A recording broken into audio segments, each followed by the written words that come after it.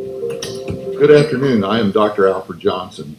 I'm sitting in for Jeff Crilly as a guest host this afternoon. I have with me Dr. Peter McCullough. Uh, he and I have done two shows before talking about COVID.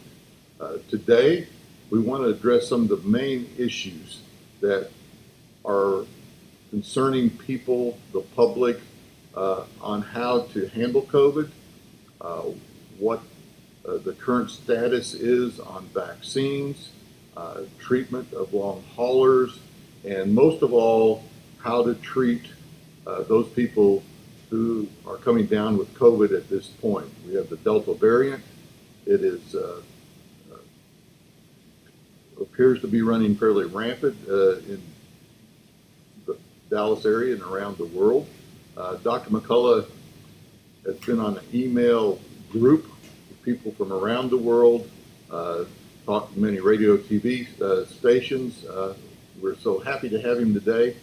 Tell us, Dr. McCullough, about what your take is on how to handle this little surge in COVID at this point, and particularly the early treatment process of it. Well, we're clearly in an outbreak of COVID-19. Alan, thanks for having me on the show. I'm a board-certified internist and cardiologist here in Dallas, Texas. I'm an academic physician and editor of two major journals. And I've spent really the last 18 months, in a sense, in a fellowship like with you on COVID-19. That we have turned all our attentions on COVID-19. I've reviewed thousands of reports, as you have, and I have over 45 publications in the peer-reviewed literature. I think there's a few important things we should really get out there as things to update the audience on. First is the virus does not transmit asymptomatically. Very important. It's only a sick person can give it to someone else. So this idea that we have to wear masks in public or go into lockdown, for people who are perfectly well, it doesn't accomplish anything because they're not sick.